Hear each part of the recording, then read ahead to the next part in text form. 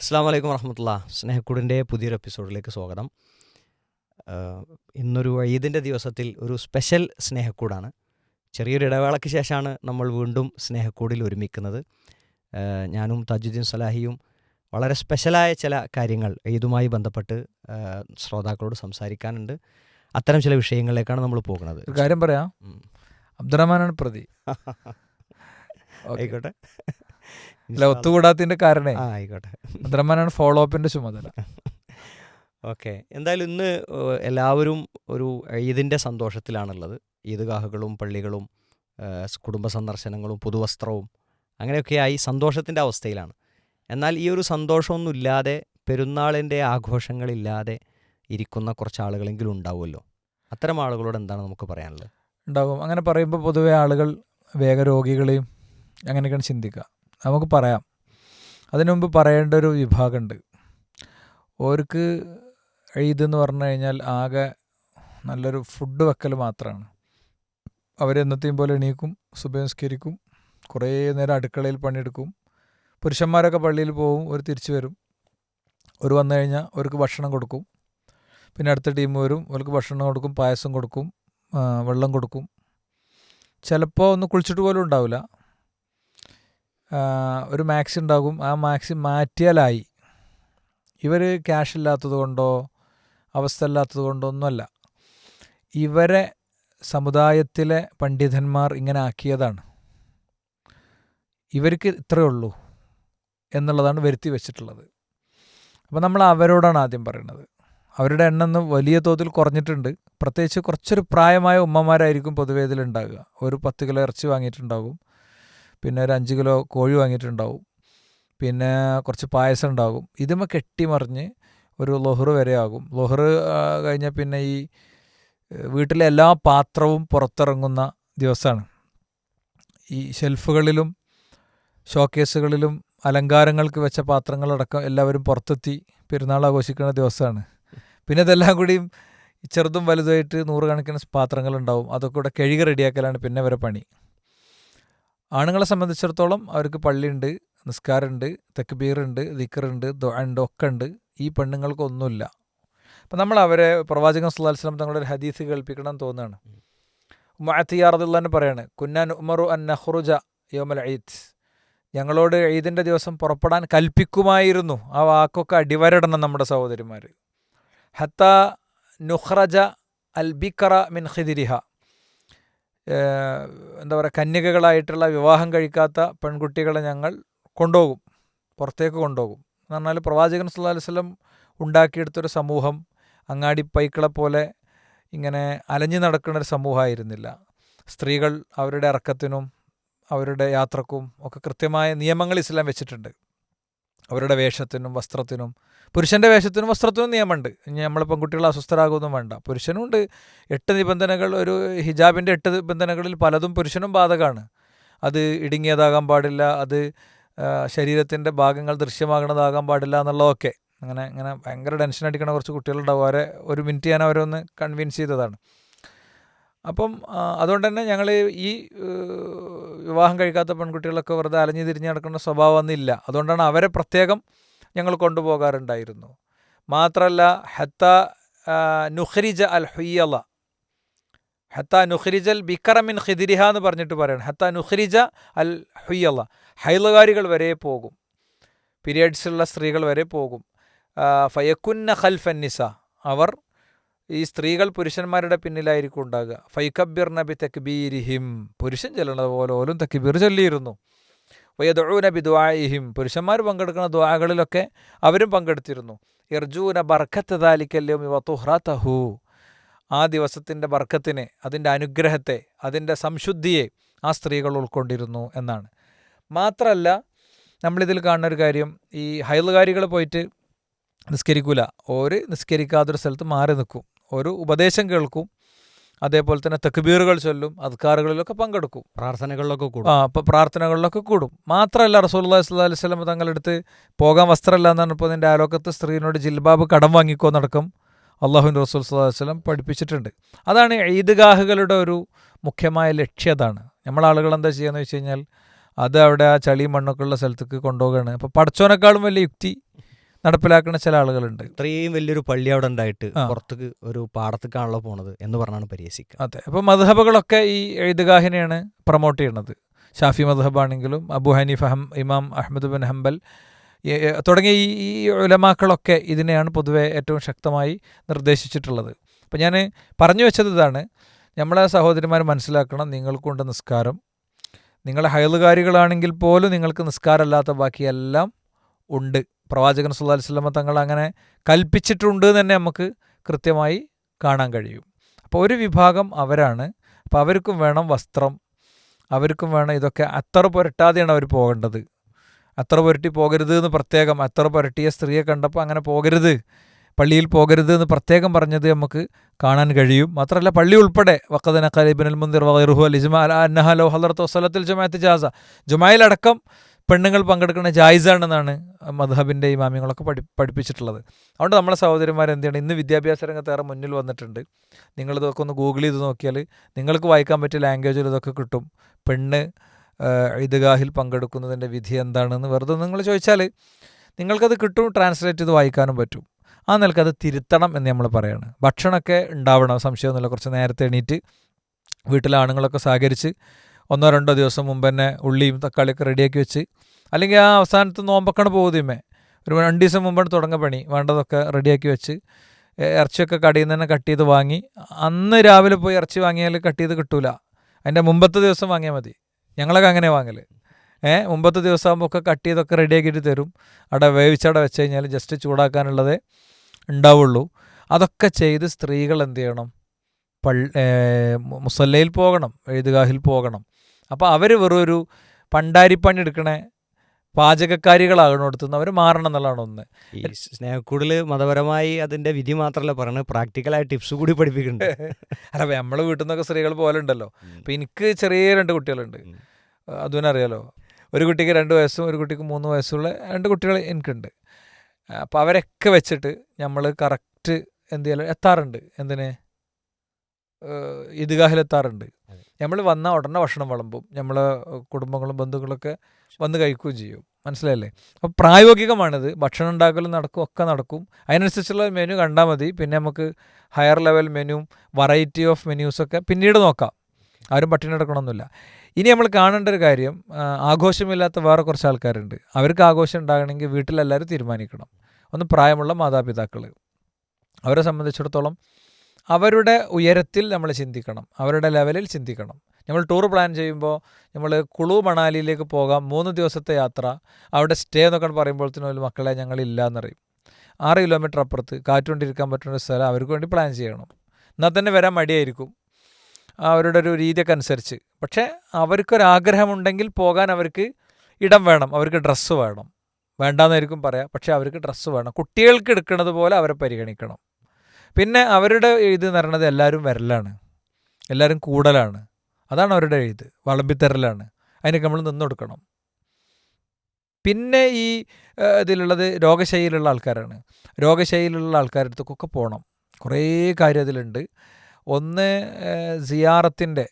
സിയാറത്തുൽ മരീദിൻ്റെ രോഗസന്ദർശനത്തിൻ്റെ കൂലി ഉണ്ട് അതിന്. 2 എന്താ രോഗസന്ദർശനത്തിൻ്റെ കൂലി? രാവിലെ പോയാൽ വൈകുന്നേരം വരെ 10,000 മലക്കുകളുടെ പ്രാർത്ഥന, വൈകുന്നേരം പോയാൽ രാവിലെ വരെ 10,000 മലക്കുകളുടെ പ്രാർത്ഥന, തുടങ്ങിയ ഒരുപാട് കാര്യങ്ങൾ. മാത്രമല്ല പിന്നെ 5 ആൾ സ്വർഗ്ഗത്തിലാണെന്ന് അല്ലാഹുവിൻ്റെ റസൂൽ സ്വല്ലല്ലാഹു അലൈഹി വസല്ലം പഠിപ്പിച്ചപ്പോൾ, ഒന്ന് നബിയാണ്, നമുക്ക് ആകാൻ പറ്റില്ല. 2 ജനിച്ചോടണം മരിച്ച കുട്ടിയാണ്, അത് ഗോപാലിൻ്റെ കുട്ടിയാണെങ്കിലും സ്വർഗ്ഗത്തിലാണ്, അതും നമുക്കാകാൻ പറ്റില്ല, നമുക്ക് പറ്റിയിട്ടില്ല. നമ്മളിപ്പോൾ എത്രയായി ജനിച്ചോടണം മരിച്ചിട്ടില്ല. 3 രക്തസാക്ഷിയാണ്, ആവാൻ ആഗ്രഹമുണ്ട്, പക്ഷേ അതിനൊരുപാട് ഘടകങ്ങളുണ്ട്. പിന്നെ മറ്റൊന്ന് സുദ്ദീഖാണ്, ഷഹാദത്ത് കലിമയോട് 100% കൂറുപാലിച്ച ആളാണ്, അതൊക്കെ പണിയുള്ളതാണ്. പക്ഷെ 5-മത്തത് വറജുലു യസൂറു അഖാഹു ഫീ നാഹിയത്തുൽ മിസ്ർ ലാ യസൂറുഹു ഇല്ലാ ലില്ലാ. ഒരാൾ എന്ത് ചെയ്യുന്നു, തൻ്റെ സുഹൃത്തിനെ കാണാൻ, സഹോദരനെ കാണാൻ അയാളുള്ള നാട്ടിലേക്ക്, ഗ്രാമത്തിലേക്ക്, വീട്ടിലേക്ക് ചെല്ലുന്നു. അത് സ്വർഗം കിട്ടുന്ന കാര്യമാണ്. അപ്പോൾ പ്രത്യേകിച്ചും രോഗികളായ ആളുകൾ അവർക്ക് കുറച്ചൊരു ഗിഫ്റ്റൊക്കെ ആയിട്ട് നമ്മൾ പോയി അവർക്കൊരു പെരുന്നാൾ കൊടുക്കണം. ചില വീട്ടിലൊക്കെ രോഗികളുണ്ടാകും, കുറേ കാലമായിട്ട് ബെഡഡ് ആയിരിക്കും. അപ്പോൾ നമ്മളെ ചെറുപ്പക്കാരും കുട്ടികളൊക്കെയാണ് ശ്രദ്ധിക്കേണ്ടത്. നമ്മൾ ശരിക്ക് കഴിഞ്ഞ 2 ദിവസങ്ങൾക്ക് മുമ്പ് പോയി ചെയ്യേണ്ടിയിരുന്നൊരു കാര്യമാണ്. എന്ത്, നിങ്ങൾക്ക് ഈദ്ഗാഹിലേക്ക് വരണമെന്ന് ചോദിക്കണം. അതുപോലെ വീൽ ചെയറിൽ വരാൻ വില്ലിങ് ആയിരിക്കും, പക്ഷെ അവരെടുത്ത് പൊക്കാനും കാറിലേക്ക് വെക്കാനൊന്നും ആളുണ്ടാവില്ല. അങ്ങനത്തെ ആളുകളെ പെരുന്നാൾ എന്ന് പറഞ്ഞാൽ നമ്മൾ കൊണ്ടുപോകൽ തന്നെയാണ്. അവർ കുറച്ച് റിസ്ക് എടുത്ത് അവരെ കൊണ്ടുപോകൽ തന്നെയാണ് അവരുടെ പെരുന്നാൾ എന്ന് പറയുന്നത്. ഈ പെരുന്നാളിന് ഞാൻ നടന്നിട്ടില്ല, അപ്പോൾ നേരത്തെ അത് ആലോചിച്ചിട്ടില്ല എന്ന് ചിന്തിക്കുന്ന ആൾക്കാർക്ക് അടുത്ത പെരുന്നാളിനെങ്കിലും അത് പ്ലാൻ ചെയ്യാൻ പറ്റും. ഇനിയിപ്പോൾ ഈദ്ഗാഹിന് പോകാൻ പറ്റിയിട്ടില്ലെങ്കിലും നമ്മൾ പോകുന്ന ടൂറിൻ്റെ പാർട്ടിൽ എന്ത് ചെയ്യാം, കൊണ്ടുപോലെ അവരെ പാർട്ടിസിപ്പേറ്റ് ചെയ്യിക്കാം. അതൊരു പ്ലാൻ ഉണ്ടാക്കിയാൽ അങ്ങനത്തെ ആളുകൾക്കൊക്കെ ഒന്ന് പുറത്തിറങ്ങാൻ പറ്റും. അതേപോലെ പിന്നെ വീട്ടുജോലിക്കാർ എന്ന് പറഞ്ഞാൽ എപ്പോഴും ഓരോ ഉറങ്ങണ സ്ഥലവും ഓർക്കുള്ള ഫുഡും ഒക്കെ വേറെ തന്നെ ആയിട്ടാണ് നമ്മൾ കൊണ്ടുപോകുക. അങ്ങനെ തന്നെ ആയിരിക്കും മിക്കവാറും വീട്ടിലൊക്കെ. എന്നാൽ അവരങ്ങനെ തന്നെ സ്വന്തം കുടുംബാംഗങ്ങളെപ്പോലെ കാണുക എന്നുള്ളതൊരു പ്രധാന കാര്യമാണ്. അപ്പോൾ അത് വെച്ചിട്ട് അവർക്കും വേണം പെരുന്നാളൊക്കെ. അവർ വെറും ചെമ്പ് കഴുകലും അടുക്കളയും മാത്രമായി പോണത് നമ്മളെപ്പോഴും ശ്രദ്ധിക്കണം. ഇങ്ങനത്തെ സമയങ്ങളിലൊക്കെ കുറച്ചൊരു ടൈം സേവിങ് ആയിട്ടുള്ള കാര്യങ്ങളൊക്കെ നമ്മൾ നോക്കണം. ശരിക്ക് എല്ലാ പാത്രം കൂടി വലിച്ചിടൊന്നും വേണ്ട. ഭയങ്കര ഗസ്റ്റൊന്നും ഇല്ലെങ്കിലൊക്കെ ഒന്ന് മാനേജ് ചെയ്താൽ മതി. എല്ലാം കൂടി ആയി പോകേണ്ട കാര്യമല്ല എന്നാണ്. ഫിൽജംല വാടക വീട്ടിൽ താമസിക്കുന്നവരൊക്കെ ഉണ്ടാവും, നമ്മളെ പ്രദേശത്ത് വന്ന് താമസിക്കുന്നവർ. അവർക്ക് പോകാനും വരാനൊന്നും ആരും ഉണ്ടാവില്ല. ഓരോ വീട് ചിലപ്പോൾ തിരുവനന്തപുരത്തുള്ള ആളാണെങ്കിൽ ഇവിടെ മലപ്പുറത്തോ അല്ലെങ്കിൽ വല്ല കന്യാകുമാരിയോ അല്ലെങ്കിൽ പുറത്തൊക്കെ ആയിരിക്കും. പ്രത്യേകിച്ച് അതിഥി തൊഴിലാളികളൊക്കെ ഉണ്ടാവും. ഓർക്കും ഇങ്ങനത്തെ പരിമിതികളുണ്ടാവും. ചിലപ്പോൾ അതിൽ മുസ്ലിങ്ങളായ ആൾക്കാരുണ്ടാകും, ബോധമില്ലാത്തവരുണ്ടാകും, ബോധമുള്ളവരുണ്ടാകും. അപ്പോൾ അതൊക്കെ ഒന്ന് നോക്കണം. നമ്മൾ പള്ളിയിൽ നിന്നൊക്കെ പിരിഞ്ഞു പോരുമ്പോൾ എവിടെയും പോകാനില്ലാത്തവരും അവർക്കൊക്കെ നമ്മൾ ഇടം കൊടുത്ത് ആഘോഷവേളകൾ സൃഷ്ടിക്കണം. വലിയ പുണ്യമുള്ള കാര്യമാണ്. വിശ്വാസിയുടെ ഹൃദയത്തിൽ സന്തോഷം എത്തിക്കുക എന്ന് പറയുന്നത് അള്ളാഹുവിന് ഏറ്റവും ഇഷ്ടമുള്ള കാര്യമാണെന്നാണ്. അപ്പോൾ ആ നിലക്ക് ഇങ്ങനെയുള്ള എല്ലാ വിഭാഗങ്ങളെയും നമ്മൾ അറിഞ്ഞ് ഇടപെട്ട് പോകണമെന്നാണ് തോന്നുന്നത്. ഈ കാഴ്ചപരിമിതരായ ആളുകൾ പൊതുവെ ഇത്തരം വേദികളിലൊക്കെ വരാൻ മടിക്കുന്ന ആളുകളുണ്ടാവും, അല്ലെങ്കിൽ അവരെ കൊണ്ടുവരാനൊരാളില്ല എന്ന കാരണത്താൽ മാറി നിൽക്കുന്ന ആളുകളുണ്ടാവുമല്ലോ. അപ്പോൾ അവരെ കൂടി ഇതിൻ്റെ പാട്ടിൽ കൊണ്ടുവരാൻ, ഇപ്പോൾ വീൽ ചെയറിൽ കൊണ്ടുവരേണ്ട ആളുകളെ പറ്റി പറഞ്ഞു, സ്ട്രക്ചറിൽ കൊണ്ടുവരേണ്ട ആളുകളെ പറ്റി പറഞ്ഞു.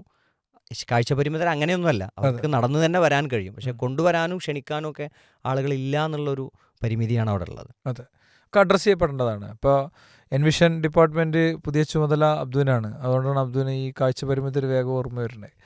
ഇപ്പോൾ നമ്മളെ നല്ലൊരു മൂവ്മെൻറ്റ് അൽഹംദുലില്ലാ വിശ്വ യൂത്തിനൊക്കെ അതിൽ നടത്താൻ പറ്റിയിട്ടുണ്ട്.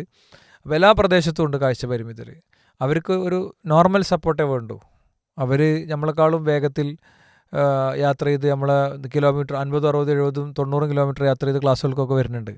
പക്ഷെ അവരൊന്ന് ഗൈഡ് ചെയ്യണം, അവരെ പോയി ഒന്ന് കാണണം, അവരെ ക്ഷണിക്കണം. അതിനൊക്കെ പറ്റും, അത് തീർച്ചയായിട്ടും പറ്റും, വേണ്ടതാണ്. കൊച്ചുകുട്ടികളുടെ പെരുന്നാളിൻ്റെ ആഘോഷത്തിൻ്റെ ഒരു രീതി എന്താകണം? അതായത് മക്കളെ പെരുന്നാൾ, അങ്ങനെ പറയാം നമുക്ക്. കുട്ടികളെന്നല്ല, മക്കളെ പെരുന്നാൾ. ആ മക്കൾ പല പ്രായത്തിലുള്ളവരുണ്ട്. പറ്റ ചെറിയ കുട്ടികൾക്ക് അവർക്ക് വേണം പെരുന്നാൾ. നമ്മൾ അവർക്ക് ചോറ് വാരി കൊടുക്കൽ മാത്രമൊന്നുമല്ല, ഓർക്കൊരു നിശ്ചിത അരമണിക്കൂർ ഓൽക്കുള്ളതാണ്. എല്ലാവരുടെയും ഓരെ ശ്രദ്ധിക്കണം, മനസ്സിലായില്ലേ? ഓലെ എൻഗേജ് ചെയ്യിപ്പിക്കണം. കഴിഞ്ഞ ദിവസം എനിക്കൊരു അനുഭവം ഉണ്ടായി.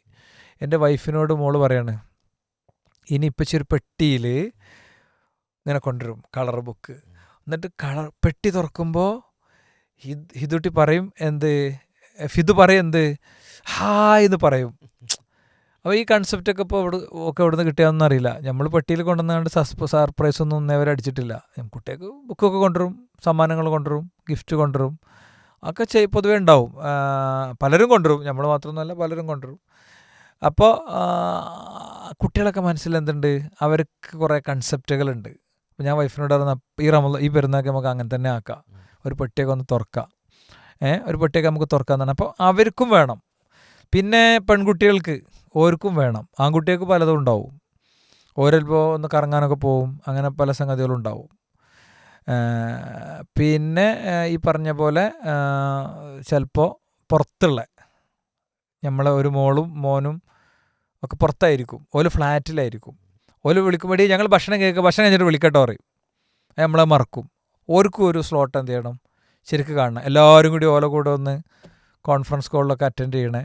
പലരും പലയിടത്താണെങ്കിൽ എല്ലാവരും കൂടി ഒരു ഗ്രൂപ്പ് കോളിൻ്റെ സാധ്യതയൊക്കെ എന്ത് ചെയ്യണം, ആലോചിക്കണം. ഒന്നൊരു വർത്താനൊക്കെ പറഞ്ഞ് അവരെയും നമ്മൾ എന്ത് ചെയ്യണം, ആഘോഷങ്ങളുടെ ഭാഗമാക്കി കൊണ്ടുപോകുന്നൊരു രൂപം ഉണ്ടാവണം. ഈ പെരുന്നാളിൻ്റെ അന്ന് ഈ വൈകുന്നേരങ്ങളിൽ ചില കുടുംബങ്ങളൊക്കെ ചെയ്യാറുള്ളത്, അവരുടെ വാട്സാപ്പ് ഗ്രൂപ്പിൽ വൈകുന്നേരം ഇന്ന സമയത്തൊരു ലിങ്ക് ഇടും. അതുകൊണ്ട് എല്ലാവരും ആ സമയത്ത് ജോയിൻ ചെയ്യണം എന്ന് പറയും. കുടുംബത്തിലെ ആളുകളാണ്.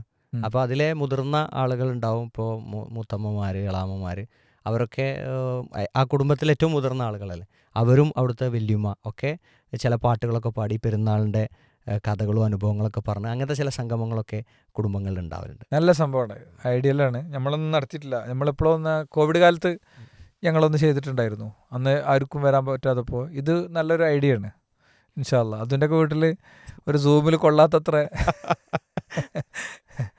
മാഷാ അല്ലാ. ഈ കുട്ടികൾക്ക് സമ്മാനം കൊടുക്കുന്നതിനെ പറ്റി പറഞ്ഞല്ലോ. അപ്പോൾ ഈ സമ്മാനം കൊടുക്കുന്നത് വലിയ വില കൂടിയ സാധനങ്ങൾ തന്നെ കൊടുക്കണം എന്ന് ചിന്തിക്കേണ്ട കാര്യമില്ല. അതെ. ഇപ്പോൾ എൻ്റെ ഒരു ചെറിയൊരു കാര്യം പറയാം. ഉം. ഇപ്പോൾ ഞങ്ങൾ പെരുന്നാളിന് സമ്മാനം കൊടുക്കണം എന്നുള്ള നിലക്ക് 2-3 മാസം മുമ്പ് തന്നെ ചെറിയ ചില സാധനങ്ങൾ വാങ്ങി വെച്ചിട്ടുണ്ട്. ഉം. ഓരോ സമയത്തായിട്ട് എന്താ സാധനം? അപ്പോൾ ഓരോ പ്രായത്തിനനുസരിച്ച് ഓരോ കാറ്റഗറി. അത് എൻ്റെ പ്ലാനിങ് അല്ല, അത് വൈഫിൻ്റെ പ്ലാനിങ് ആണ്. എന്നാലും ഓരോ പ്രായത്തിനനുസരിച്ച് ഓരോ കാറ്റഗറികൾ. ഇപ്പോൾ നല്ല വിലക്കുറവിൽ ഒരു സ്ഥലത്തു നിന്ന് ഒരു കളർ ബുക്കുകൾ, ചിത്രം വരക്കാനുള്ള പുസ്തകം കിട്ടുന്ന സമയത്ത് അപ്പോൾ അത് ഒന്നിച്ചൊരു 12 ഉം. ഒരുമിച്ച് വാങ്ങി വെച്ചു. അപ്പോൾ ഓരോ പ്രായത്തിനനുസരിച്ച് ഓരോ കാറ്റഗറികൾ ഉണ്ടാക്കി വെച്ച് അത് ചെറിയ ഒരു പൊതിയൽ, അതിന് ഒരു പ്രത്യേക രൂപം, അതിന് കെട്ടിലും അതിൻ്റെ സ്റ്റാപ്ലർ അടിക്കലിനും ഒക്കെ ഓരോ വർഷത്തിലും വ്യത്യസ്ത രൂപം ഉണ്ടാക്കിയിട്ട് ചെറിയൊരു ഗിഫ്റ്റ് മക്കൾക്ക്, പേരമക്കൾക്ക് ഒക്കെ കൊടുക്കുന്ന കൂട്ടത്തിൽ തന്നെ വാപ്പാക്കും ഉമ്മാക്കും സഹോദരങ്ങൾക്കും സഹോദരന്മാരുടെ ഭാര്യമാർക്കും ഒക്കെ അടക്കം ഒരു വൻ ചിലവൊന്നും അതിനില്ല. ചെറിയ പൈസക്ക് തന്നെ നമുക്ക് അറേഞ്ച് ചെയ്യാവുന്ന രൂപത്തിൽ ആ കൊടുക്കുന്നതിലും അത് കൈമാറുന്നതിലൊക്കെ ഉള്ള സന്തോഷം നടപ്പിലാക്കാറുണ്ട്. ആ ഗിഫ്റ്റ് കൊടുക്കുക, തഹാദൗ തഹാബൗ, അത്രേ ഉള്ളൂ അതിൽ. അത് നിങ്ങൾ സമ്മാനം കൊടുക്കൂ, പരസ്പരം സ്നേഹമുള്ളവരാകുന്നതാണ്. അതൊക്കെ ദീനാണ് ശരിക്ക്, അത് വേണം. അതൊക്കെ ചൈൽഡിഷായിട്ട് കാണുന്ന ആൾക്കാരുണ്ട്. ചില ഭാര്യമാർക്കൊക്കെ പലപ്പോഴും ഭർത്താക്കന്മാരെ കുറിച്ചുള്ള പരാതിയും അതുതന്നെയാണ്, അങ്ങനെയൊന്നും മൂപ്പർ ചെയ്യണില്ല. ചില സ്ത്രീകളൊക്കെ വളരെ ഫ്രാങ്കായിട്ട് പറയും മൂപ്പർ കാര്യത്തിന് വരും പോകും. അപ്പോൾ അവരുടെ കാര്യം എന്ന് പറയുന്നത് ഇങ്ങനത്തെ കൊച്ചു കൊച്ചു കാര്യങ്ങളാണ്. രണ്ടാളൊന്ന് അടുത്ത് ആ സിറ്റ് ഔട്ടിൻ്റെ ആ ഒരു അവിടെ ഉണ്ടല്ലോ ഒരു പടി, അവിടെ നിൽക്കുക, പിന്നെ മുറ്റത്ത് രണ്ടാളൊന്ന് കുറച്ച് നേരം നിൽക്കുക, ആ അരക്കെട്ടിൻ്റെ അതിലിങ്ങനെ ഭാര്യനൊന്ന് ചേർത്ത് പിടിച്ച് ഭർത്താവ് നിൽക്കുക, ഭാര്യൻ്റെ മടിയിലൊന്ന് കിടക്കുക. ഇതൊക്കെ ഭയങ്കര സംഭവമാണ് ശരിക്ക്. അങ്ങനത്തെ കാര്യങ്ങളൊക്കെ ഉണ്ടാവേണ്ട സമയം തന്നെയാണ് ഇതൊക്കെ. ഈ പെരുന്നാളിൻ്റെ ആഘോഷങ്ങൾ മനോഹരമാക്കാനുള്ള ചെറിയ ചില കാര്യങ്ങൾ നമ്മൾ പറഞ്ഞു. പക്ഷേ പെരുന്നാളാകാൻ കാത്തു നിൽക്കുന്ന ആളുകളുണ്ട്, ആഘോഷിക്കാൻ വേണ്ടി മാത്രം. അപ്പോൾ അത്തരം ആളുകളോടുകൂടി നമ്മൾ അഭിസംബോധന ചെയ്യണമല്ലോ. ഇതെന്താ വെച്ചാൽ ഒരു പിന്നെ പുതിയ കാലത്തെ ജനറേഷൻ്റെ ഒരു ഇഷ്യൂ ആണ്. എന്തിനെ സെലിബ്രേറ്റ് ചെയ്യുക എന്നുള്ള, എന്തിനെ ആഘോഷിക്കുക എന്നുള്ളതാണ്. അതൊക്കെ ചില അടിസ്ഥാനങ്ങളിൽ നിന്ന് വരുന്നതാണ്. ജീവിതം ഒന്നേ ഉള്ളൂ, അത് അടിച്ചു പൊളിക്കണം, ഇങ്ങനൊരു ചിന്ത കുട്ടികളുടെ ഉള്ളിലുണ്ട്. അതുകൊണ്ടാണ് എന്തിനേയും ആഘോഷമാക്കണത്. എന്തിനേയും മറ്റേ ബൾബ് കത്തിക്കും, മറ്റേ ബൾബുണ്ടല്ലോ വൈബ് ലൈറ്റുകൾ, അത് കത്തിക്കും, പിന്നെ പടക്കം പൊട്ടിക്കും, പിന്നെ സൈലൻസർ അയച്ചു വെച്ചിട്ട് ബഹളം ഉണ്ടാക്കും. ഇത് ജീവിതം എന്ന് പറഞ്ഞാൽ ഒന്ന് തന്നെ ഉള്ളൂ, അത് ആഘോഷിക്കണം എന്നുള്ളതാണ് ഒന്ന്. എല്ലാം എക്സ്പ്ലോർ ചെയ്യണം എന്നുള്ളതാണ്. എനിക്കെൻ്റെ സ്വാതന്ത്ര്യം ഉണ്ട് എന്നുള്ളതാണ്. പിന്നെ ഇതൊക്കെയെന്ന് പറഞ്ഞാൽ പിന്നെ പലപ്പോഴും അതൊരു മതസൗഹാർദ്ദത്തിൻ്റെയും ഒരു കേരള സ്റ്റോറിൻ്റെയും ഒക്കെ അങ്ങനെ ഉണ്ടല്ലോ, ഇപ്പോൾ ഒരു പുതിയ ട്രെൻഡാണത്. അങ്ങനത്തെ ഒരു രീതിയിലേക്കാണ് പലപ്പോഴും ഇത് പോണത്. ഇത് എവിടെ നിന്ന്, ഇതിൻ്റെ സ്വിച്ച് എവിടെയാണ് ഓഫാക്കേണ്ടതെന്ന് വെച്ച് കഴിഞ്ഞാൽ വീട്ടിൽ നിന്നാണ്. വളരെ ചെറിയ പ്രായം മുതൽക്ക് ഞാനതൊന്ന് കാണാൻ പോട്ടെ എന്ന് ചോദിക്കുമ്പോൾ അതിനൊരു മൗനസമ്മതം കൊടുക്കുന്നിടത്തു നിന്നാണ് ഈ പ്രശ്നം എന്ത് ചെയ്യണത്, ആരംഭിക്കണത്. അപ്പോൾ എന്താണ് ഈദിൻ്റെ ഒരു മർമ്മം എന്നത് നമ്മുടെ കുട്ടികൾക്ക് നമ്മൾ പറഞ്ഞു കൊടുക്കണം. ഇസ്ലാമിലെ ആഘോഷം കൊണ്ട് ഒരാൾക്കും ഒരു ബുദ്ധിമുട്ടുണ്ടാകണില്ല, ആരാധന കൊണ്ടും ഉണ്ടാകണില്ല. ആരാധന കൊണ്ടു പ്രയാസം ഉണ്ടാക്കരുത് എന്നാണ് എന്ത് ചെയ്യണത്. ഉറങ്ങണ ആളാണെങ്കിൽ ഉറങ്ങണ ആളെ ഖുർആൻ പാരായണം കൊണ്ട് ശല്യം ചെയ്യരുത് എന്നാണ് ഇസ്ലാം പഠിപ്പിക്കുന്ന അടിസ്ഥാനം. അപ്പോൾ ഇസ്ലാം അല്ലാത്ത പല മതങ്ങളും ആഘോഷിക്കുമ്പോൾ റോഡ് ബ്ലോക്ക് ആവുന്നു, ആന വരണ്ടോടുന്നു. നമ്മളതൊരു ഒരു ഇൻ്റലക്ച്വൽ ഡിസ്കഷൻ പോയിൻ്റ് നിലനിൽക്കാണ് പറയുന്നത്, ഒരിക്കലും ഒരു ഹെയ്റ്റ് ക്യാമ്പയിൻ്റെ ഭാഗമായിട്ടല്ല. നമ്മളെ സമൂഹത്തിൽ നമ്മൾ നേരിട്ട് കാണുന്ന കാര്യങ്ങളാണ്. എന്നാൽ മുസ്ലിം ആഘോഷം എന്ന് പറയുമ്പോൾ മുസ്ലിം ആഘോഷിക്കുന്നത് അവൻ്റെ വീട്ടിൽ ഓൻ ബിരിയാണി വെക്കുന്നത് അവൻ്റെ ചുറ്റുമുള്ളവരുടെ വീട്ടിൽ ഭക്ഷണമുണ്ടെന്ന് ഉറപ്പ് വരുത്തിയിട്ടാണ്. തൊട്ട് മുന്നത്തെ ദിവസമോ അതിൻ്റെ തൊട്ട് മുന്നത്തെ ദിവസമോ സക്കാത്തുൽ ഫിത്തർ കൊണ്ടേ കൊടുത്തിട്ട്, ഇനി ഈദുൽ അളഹയാണെങ്കിൽ മാംസം അവരുടെ വീട്ടിൽ എത്തിച്ചിട്ടാണ് അവനെന്ത് ചെയ്യണത്, അവൻ്റെ വീട്ടിലെ ആഘോഷം നടത്തുന്നത്. അപ്പോൾ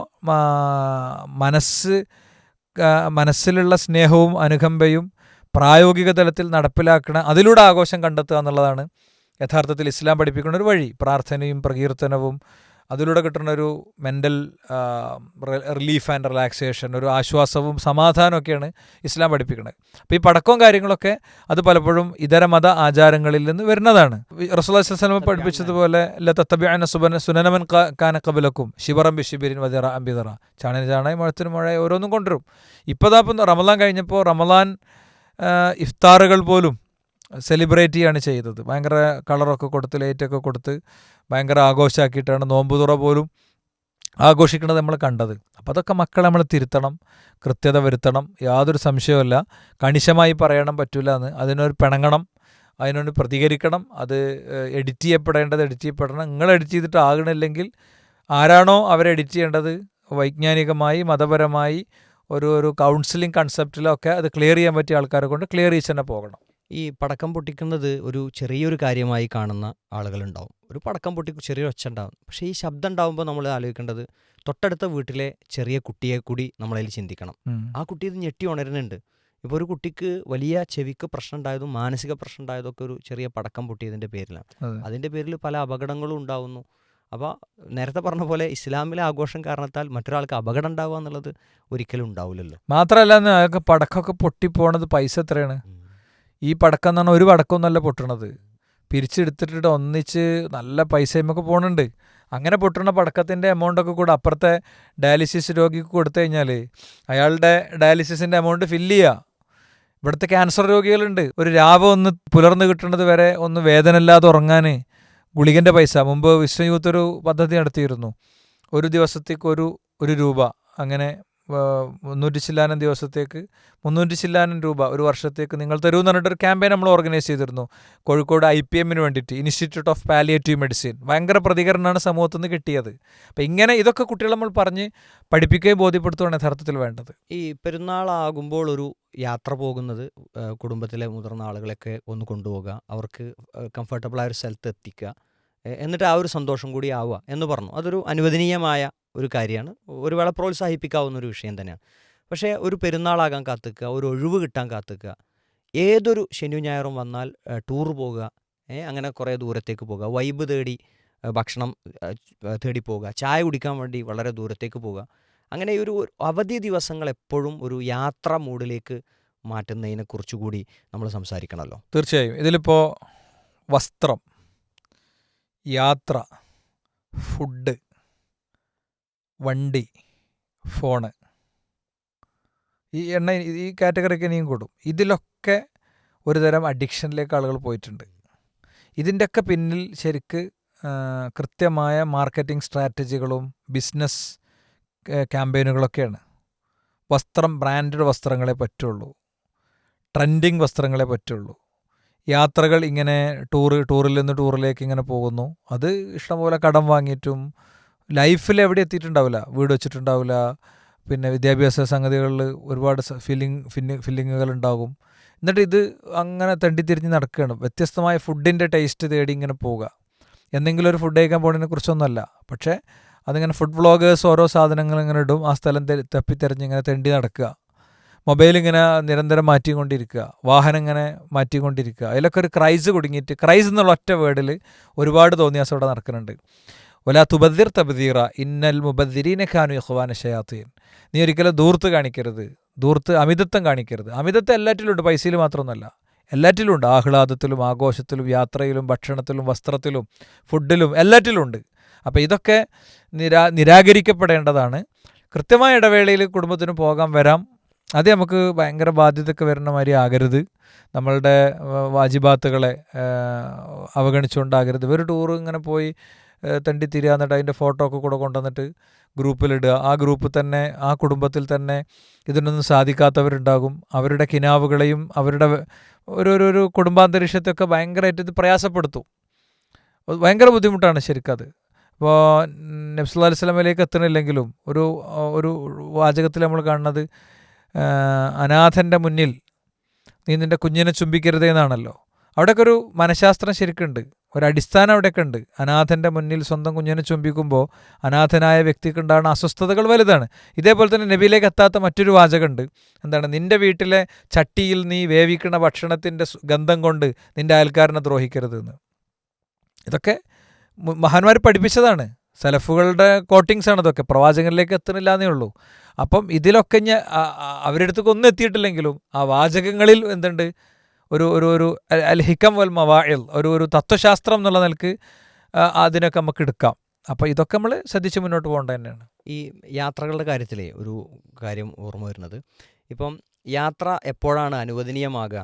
ഒരു ടൂറാണ്, അത് അനുവദനീയമാകുക, ഒന്ന് ഇതിൽ ദൂർത്തുണ്ടാകാൻ പാടില്ല, അതോടൊപ്പം ഈ യാത്രക്ക് ഹറാമായ നിഷിദ്ധമായ ലക്ഷ്യങ്ങൾ ഉണ്ടാകാൻ പാടില്ല. ഇത് രണ്ടും ഇല്ലെങ്കിൽ മാത്രമേ ഒരു ടൂർ അനുവദനീയമാകണുള്ളൂ. അപ്പോൾ ഈ യാത്രക്ക് പോകുന്ന ആളുകൾ തന്നെ ഇത്തരം മോശപ്പെട്ട ചിന്തകളോ ആഗ്രഹങ്ങളോ ഇല്ലാതെ ഒരു സന്തോഷത്തിന് വേണ്ടി പോകുകയാണെങ്കിൽ അത് അനുവദനീയമാണ്. പക്ഷേ ഹലാലായ സംഗതികൾ തന്നെ ആവർത്തിച്ച് കുറേ വട്ടം ചെയ്യിപ്പിക്കുക എന്നുള്ളത് അതിൽ പിശാചിൻ്റെ ഒരു തന്ത്രം കൂടിയുണ്ട്. ഒരാളെ ശിർക്ക് ചെയ്യിപ്പിക്കുന്നു, ബിദാത്ത് ചെയ്യിപ്പിക്കുന്നു, വൻ പാപങ്ങൾ ചെയ്യിപ്പിക്കാൻ ശ്രമിക്കുന്നു. അതേപോലെ തന്നെ പിശാചിൻ്റെ ഒരു പ്രവർത്തനമാണ് ഹലാലുകൾ കൂടുതൽ ചെയ്യിപ്പിക്കുന്നു എന്നുള്ളത്. അപ്പോൾ ഇതൊരു ഹലാലായ കാര്യമല്ലേ എന്ന് വിചാരിച്ച് എപ്പോഴും യാത്ര എന്നുള്ള സ്വഭാവമാണെങ്കിൽ അത് പിശാചിൻ്റെ കണി കൂടിയാണ്. അതെ, തീർച്ചയായും. ഇപ്പം ഈ പെരുന്നാളിൻ്റെ ആഘോഷത്തിൻ്റെ ദിവസത്തിൽ ഈ റമളാൻ മാസമാണല്ലോ കഴിഞ്ഞത്, ഈ റമളാൻ മാസം കഴിഞ്ഞു, അത് ഇനി മാറ്റി വെക്കുക എന്നുള്ള അവസ്ഥയിലേക്ക് ആളുകൾ മാറുന്നുണ്ടോ? ഇപ്പോൾ വേറെ ഏതോ ഒരു ലോകത്ത്, വേറെ ഏതോ ഒരു ജീവിത സാഹചര്യത്തിലേക്ക് എത്തിയതുപോലെ ചില ആളുകളുടെയെങ്കിലും പെരുമാറ്റത്തിന് നമുക്ക് തോന്നും. റമളാനിലുള്ള അച്ചടക്കമൊക്കെ നഷ്ടപ്പെട്ടു, നിസ്കാരത്തിലെ ശ്രദ്ധ ആകട്ടെ, എന്തോ ആകട്ടെ, പിന്നീട് റമളാൻ എന്നുള്ളത് പൂർണ്ണമായി വിട്ടുപോയ ഒരു സാഹചര്യം പോലെ ഉണ്ട്. ബിഅ്സൽ ഖൗമുൻ ലാ യഅരിഫൂന അല്ലാഹ ഇല്ലാ ഫി റമളാന. ഒരു സമൂഹം എത്ര മോശമാണ്, അവർക്ക് അള്ളാഹൻ എന്ത് ചെയ്താൽ മതി, റമളാനിൽ മാത്രം മതി, അത് കഴിഞ്ഞാൽ പിന്നെ അവർക്കില്ല. കുൻ റബ്ബാനിയൻ ല റമളാനിയൻ, നീ ഒരിക്കലും റമളാൻ്റെ ആളാകരുത്, പഠിച്ചവൻ്റെ ആളാകണം. അപ്പോൾ ഇന്നലെ വരെ ഉണ്ടായിരുന്നതൊക്കെ അവസാനിപ്പിക്കുകയാണ്. അതിലേക്ക് ഹറാമ് വരുന്നു എന്നുള്ളത് മാത്രമല്ല, എല്ലാ നന്മകളും, രാവിലെ 4 മണിക്ക് അടിച്ചിരുന്ന അലാം ക്ലോക്ക്, കോടിക്കണക്കിന് അലാം ക്ലോക്കുകൾ ഒന്നിച്ച് ഓഫാവും, ആരും വെക്കൂല. രാത്രി നിസ്കാരമൊന്നുമില്ല, ശരിക്കും അവിടെ എണീറ്റ് 2, 3, 5 ഒക്കെ റക്കാത്ത് നിസ്കരിക്കുക, നമുക്ക് പഠിച്ചവനോട് പറയാം. ഭാര്യയുടെ മുഖത്ത് വെള്ളം കുടഞ്ഞ് എഴുന്നേൽപ്പിക്കുന്ന ഭർത്താവിനെ കുറിച്ചും ഭർത്താവിൻ്റെ മുഖത്ത് വെള്ളം കുടഞ്ഞ് എഴുന്നേൽപ്പിക്കുന്ന ഭാര്യയെക്കുറിച്ചൊക്കെ ഹദീസിലുണ്ട്, എത്ര നല്ല ഭാര്യമാരാണെന്ന്. അതൊന്നും നമ്മളെ ബെഡ്റൂമിൽ പലപ്പോഴും ഇല്ല. അതൊന്നും ഇല്ലാതിരിക്കുമ്പോൾ നമ്മളുടെ മാനസിക ബന്ധത്തിനും നമ്മുടെ ശാരീരിക ബന്ധത്തിനും ഒന്നും പഠിച്ചോ നിശ്ചയിച്ച ടേസ്റ്റ് കിട്ടൂല. അതൊക്കെ ഉണ്ടാകുമ്പോഴാണ് ആ ബർക്കത്തും കാര്യങ്ങളൊക്കെ ഉണ്ടാവുക. അതോടൊപ്പം തന്നെ ഉള്ളൊരു കാര്യമാണ് എന്തെന്ന് വെച്ച് കഴിഞ്ഞാൽ, ഈ ആഘോഷത്തിൻ്റെ പേരിൽ നേരത്തെ ഞാൻ പറഞ്ഞ പോലെ ആഘോഷം എന്ന വേടിൻ്റെ പരിസരത്ത് എന്തൊക്കെയാണോ അവിടെ സമൂഹം സാംസ്കാരിക രാഷ്ട്രീയ ആഘോഷങ്ങളിൽ കൊണ്ടുവരുന്നത് അതൊക്കെ കൊണ്ടുവരും. ഇപ്പോൾ മതസംഘടനകൾ തന്നെ ഭയങ്കര സിനിമാ നടികളൊക്കെ വെച്ചിട്ടുള്ള ഭയങ്കര ആഘോഷ പരിപാടികളെക്കുറിച്ച് ചില പോസ്റ്ററുകളൊക്കെ കോഴിക്കോടോ ബീച്ചിലോ എവിടെയൊക്കെ ഉള്ളതൊക്കെ കണ്ടിട്ടുണ്ടായിരുന്നു. ഇതൊക്കെ ദീനിൻ്റെ പേരിലാണ് നടത്തുന്നത്.